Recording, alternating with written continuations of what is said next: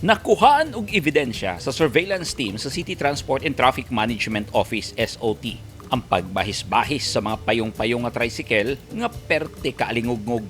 Ginapatukar ang speaker panahon sa kagabhion nga disturbo sa mga tao, hilabi na sa mga senior citizen. Matod sa CTTMO, gidili ang payong-payong nga tricycle subay sa City Ordinance No. 0334-12 Series of 2012 kon the Comprehensive Transport and Traffic Code of Davao City.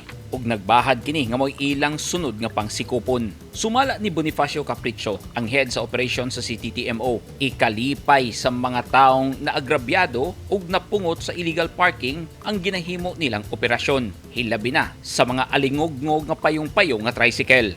Siyempre, ang tao, sir, nga atuan dito sa area, kung mag-operate na, makakonjut sila, sir. Ang ilang reaction, sabol ka goal.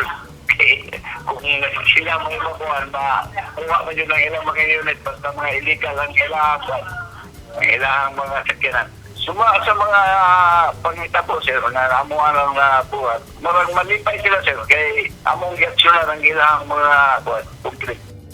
Ubay-ubay na ang nadawat nga reklamo sa CTTMO, batok illegal parking, o gipasalig nga ilaha gyud kining aksyonan. Sama na lang sa ilang gihibong aksyon kagahapon batok sa mga sakyanan nga magparking og tibok adlaw sa Nograles Street ug pagawa sa usa ka mall sa lugar nga daw na nag-iya og kalsada, partikular sa Barangay 76-A Davao City. Pero sa Mabini ug Piapi Boulevard area, giratsyada tanan sa mga enforcers sa CTTMO. Gawa sa illegal parking nga mga sakyanan, gipangkarga sa ilang tow truck ang mga ligid ug daot nga mga motorsiklo nga gipasagdan lang daplin sa kalsada. Gisita sab hasta ang mga tagbalay nga gipangbutangan og mga ornamental plants ang kalsada. Matod sa CTTMO, peligro kini inig panahon sa emerhensiya, hilabi na ang sunog nga dili dayon makaresponde tungod sa mga harang sa dalan. Giaksyonan sab sa mga enforcer sa Land Transportation Franchising and Regulatory Board Regional Office 11 ang reklamo bato cutting trip sa mga di pampasaherong field cab sa El Rio Village, Barangay 19-B, Davao City. Gipangdakop ang mga driver o gipahimangnuan ang mga operator nga sundon ang regulasyon sa LTFRB kabahin sa public utility vehicles alang-alang sa luwas nga pagbiyahe sa mga pasahero.